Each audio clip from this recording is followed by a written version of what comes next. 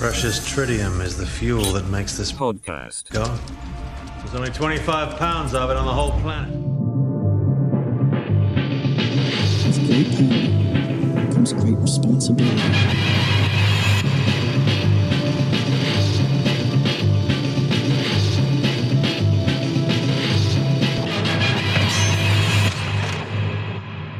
Hello and welcome to the Swinging Through Spider-Man recap episode. We didn't really like our first few episodes, to be honest. We didn't find the swing of things for ages. I'm James Rushton, that's Bradley Hughes, and we have finally found the swing of things, haven't we? Ish. That swing of things has come very hard. It's been a slow process, but we've got there. We kind of know, like, it took me hours and hours and hours to write episodes, and it took me hours and hours and hours to get to my point. Now I know how to digest a fucking episode. Now I know how to relate to you, Bradley. So I feel like we can do a recap. If you're a first-time listener, this is the podcast for you. It will take you up through the 21 issues of Spider-Man, so you don't have to deal with our bullshit whilst we were finding our way. I mean, I guess they're pretty cool. People didn't drop off. Listeners only increased. No one listened to the first episode and went, "Fuck this." A large portion of people carried on. So we kind of been all that bad, really. But still, no, some people had some tough cookies, man, sticking it out. Yeah, really are like little cockroaches. They can't, that radiation, that nuclear bomb isn't wiping them out. But we thank everyone who listens to this podcast. It is a really, really fun podcast to do. What the process is each week or twice a week, I read a Spider-Man comic from Marvel Unlimited in order, in chronological order, as far as I know, to Bradley Hughes over there, and that's it. And then we stop the episode, we do another one the next day or the next week. But that's basically it. So this episode is basically here for us to recap really quickly everything, all the threads that are currently dangling in the storyline. We're not going to go deep into it. It's just there so you know what we're talking about if we reference stuff. Because we're probably going to do these every 25 episodes or so, just so anyone who has just been listening to one or two episodes rather than keeping on board throughout the whole entire, series, they can maybe pick up on stuff that they may have missed. Sometimes one episode will hold all the information on it. I mean, we create characters, we create jokes in amongst the episodes, which tend to follow on. Yeah, it's definitely worth listening. I think number 7 was probably a high point. Yeah, that was the turning point. That was the turning point. I feel anyway. I mean, the actual listeners, the important people, might have a different opinion. They might have think, number 2 or number 1 was where it really turned. But I feel like number 7 was because we just started ripping the piss out of the Vulture. And we found we're not going to just recount Spider-Man. We're going to really make our own thing and really just go with it. And it's working. It's going swimmingly because everything falls into plan for us straight up. The characters are too predictable, and they do the shit that we want them to do, and so it's working out. It's really easy to recap, and I'm pretty sure it's going to get a lot more complex down the line. But at the moment, we're reading 2 a week from the original Amazing Spider-Man run, and this is going to catch you up 20 or so. So where did we start off? Well, where we start off. Spider-Man gets bit by a spider, a radioactive spider. Peter Parker's bit by a radioactive spider, becomes Spider-Man. It's a life-changing process for him, though, isn't it, Brad? Not life-changing in the fact that he's got superpowers and he can climb up walls, but the fact that he goes, hang on, I can make a bit of money out of this. Yeah, it's sort of like we understand Spider-Man from a certain point of view through, popular culture, like animated films, animated TV series, the Marvel films, all these little tidbits that we know through popular culture. But having read these comics, we understand that Spider-Man isn't actually the heroic man that we always thought he was. Actually, Peter Parker's a bit of a narcissistic little shit, for lack of better words. Yeah, he's flawed. He's flawed like an actual human would be. He wants to be successful. He wants to sort his family out. He wants to do all that stuff. But he's also got a really an inner turmoil about wanting to be loved and wanting to be accepted and wanting to be popular and wanting to be successful. And that's only human. Yeah. But then there'll be occasions where he'll go, I'm going to straight up steal the Human Torch's girlfriend, which gets us onto our first thing, actually. Aside from his Uncle Ben dying, of course, Spider-Man, his powers got too much to his head. Uncle Ben, his uncle, who lived at home with his Aunt May, was shot in cold blood thanks to Spider-Man, whose attitude got the best of him, and he let a criminal walk past, and that criminal would go on to kill his Uncle Ben. So that's the main thing. Like we said, Spider-Man was after a bit of cash dollar, those bonolas. Actually, a big theme in these original comics, which I didn't realise, to the point where he's not actually all that heroic. He's mainly after money. He's mainly after, financing his lifestyle and, paying off bills for his family. Well, Aunt May at the time. He gets stiffed out of a prize money from a TV show that he was on. A man came along and stole that money. Spider-Man could have just stopped the criminal, not a problem. Absolutely, he could have stopped him even if he was a regular person. He could have just put his foot out, tripped him up, because there was a police officer right behind him chasing him. Would have been over. Uncle Ben would have been alive. Everyone would be happy. As we know, Peter Parker didn't stop that criminal. That criminal goes on to go kill Uncle Ben. And Peter Parker realizes that, being Spider-Man, it's a lot harder than it looks. Yeah, with great power must come great responsibility, which is the actual line. I think in the films, it's just with great power comes, and that must is so important because it's you have to be the hero, you have to be the man. The other thing that surprised me about Spider-Man is that we've been told through the various sort of popular culture references and stuff that Spider-Man wears his mask to hide his identity, to make sure that his loved ones, such as Aunt May or his girlfriends in future iterations, don't get any harm brought to them through everyone knowing that Peter Parker is Spider-Man, because Spider-Man has enemies. He actually puts his mask on so people don't make fun of him. Yeah, it's so if he fucks up, he's not embarrassed, and that's all right. That's pretty human. Can't disagree with that, to be honest. But yeah, he's a lot more imperfect than maybe in the films, especially Amazing Spider-Man. But I digress, man. He has a first big event, and this is a running theme, so we'll wrap all this up.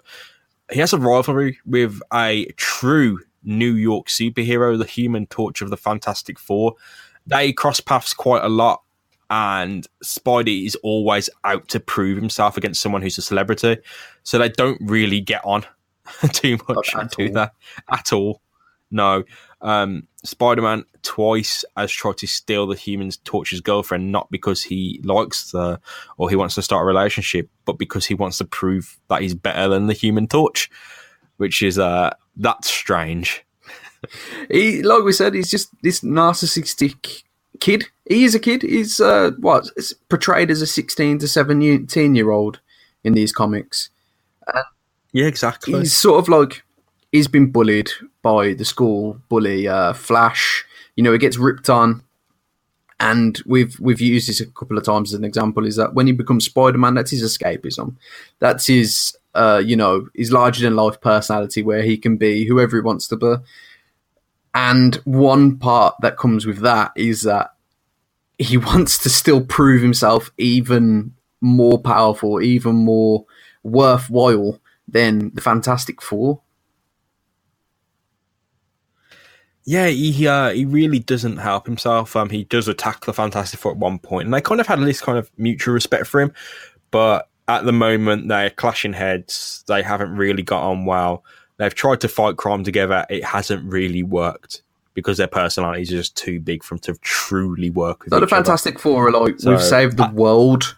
numerous occasions, and you're just this kid that broke into our house. Yeah, no. Whilst you have plaudits for that, you're still a fucking asshole. So yeah, that's that. In terms of villains, there is Dr. Octopus, the man with 4 robotic arms. There is Craven the Hunter, who's a straight up hunter. There's Mysterio, a special effects wizard. There is Scorpion, a genetically modified fucking mutant to basically whose sole purpose is to destroy Spider-Man, but he goes crazy, so he fucks off. Who else is there? There's the Sandman, of course, and your man, the Green Goblin. You've also got the Enforcers, who just Fancy Dan, Ox, fucking Montana. You got the Ringmaster.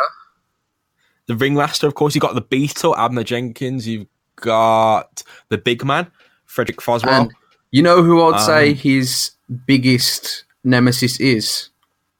Jonah Jameson. J. Jonah Jameson. I think it's John Jonah Jameson. I John. Yeah, but he's known as J. Jonah Jameson. I might have got that wrong, but still. He's the editor of the Daily Bugle newspaper, where Peter Parker actually works, and he fucking hates Spider-Man. He doesn't stop printing stories about how much he hates Spider-Man. So there is that. This is the other reason how come Peter Parker likes to wear his mask as Spider-Man. And the whole reason why he actually goes and does heroic things is that so he can take photos of himself doing said things, then sell those photos back to the Daily Bugle, which is the newspaper in which that he works at. So we have, there's a bit more than villains there. There's love interests as well. There are a few characters in Peter Parker's life. There is Betty Brant.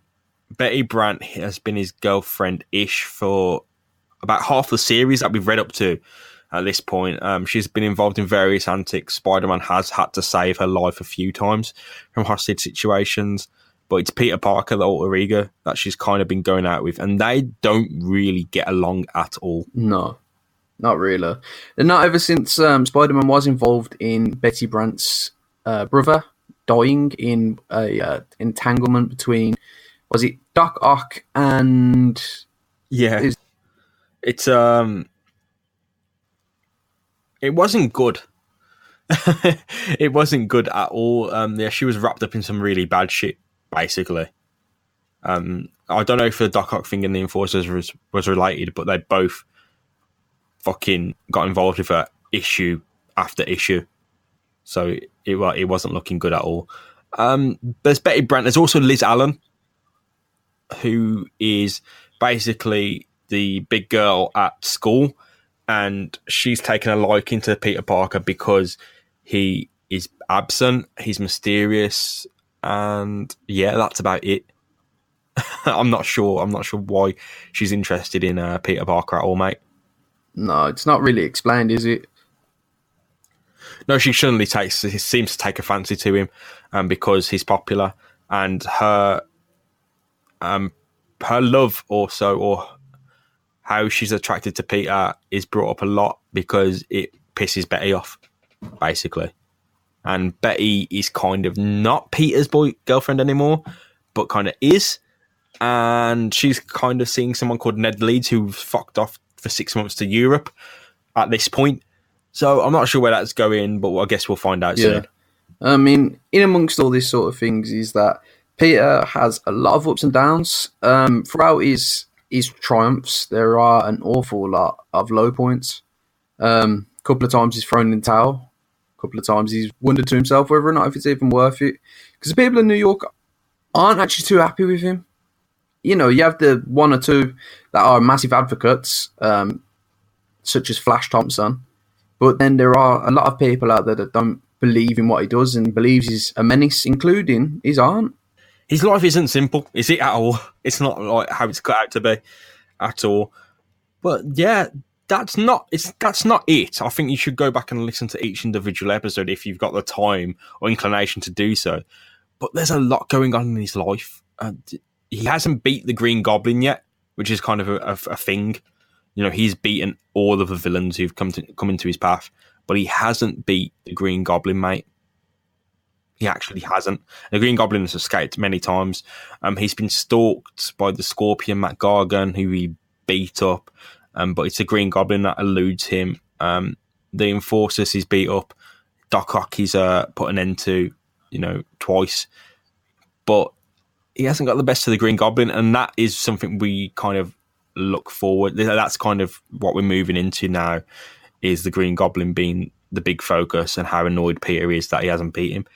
And of course, his love life, Betty, Liz, and also the neighbour. He's being someone, basically, the neighbour is trying to set him up with a niece, and that's not going too well at the moment. But I'm pretty sure that there's a lot to it, obviously, because we've recorded hours and hours and hours of material. But that is basically, in a nutshell, it. That's all the relationships, we can go, that's the rivalry with Flash Thompson. He is trying to hide being Spider-Man. He's trying to get the bills paid. He's trying to earn money. And he's got a few good wins on his belt. He gets knocked down. He gets back up. He fights. He's finding out what it means to be Spider-Man. And it's not going swimmingly at points, I guess. No, he's juggling his own life as well as being Spider-Man, and it's not an easy game. He's dropping the balls. The wires get crossed quite often where, being Spider-Man is detrimental to his own personal life and his own connections within his life, especially when it comes to his love life. Yeah, so the love life isn't going too well. He's not sure where he stands. He's trying to get out of high school into a course, move on with his career, but he's also Spider-Man, and he's also got a lot of threats to face. He's jarred most of them, but there's that one big threat in the background that keeps circling around him. That's the Green Goblin. And of course, he's always got to be worried about people like the Sandman and Dr. Octopus popping up at points. Yes, seriously. Especially when they're only in prison for 4 days. Yeah, these people get out of prison fast. That's a thing as well. So keep an eye on that. We'll keep repeating that, because that will go round and round and round. But he's finding where he is. Peter Parker's finding where he is in life. He's getting used to being Spider-Man. He's standing on his own 2 feet-ish. And I think anything else to add? Because I think that's the end. I think that's a decent job of a... Yeah, that sums it up. This is really just to recap, so you guys can listen to this if you are new to the series and carry on with the full fat, creme de la creme, beautiful content that we produce. And by beautiful, I mean it's fucking ugly. It's almost as bad as Athlete's Foot, but it's better quality at least. It is a ride. It's one way to put it.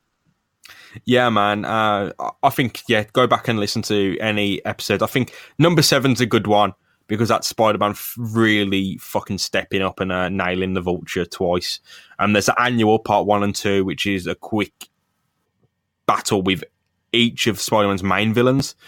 There's the Green Goblin and Scorpion ones, where 2 big villains come in and beat the fuck out of Spider-Man. That's about it, really. So yeah, you can listen to those ones, or listen straight from the start, or just carry on from the next one.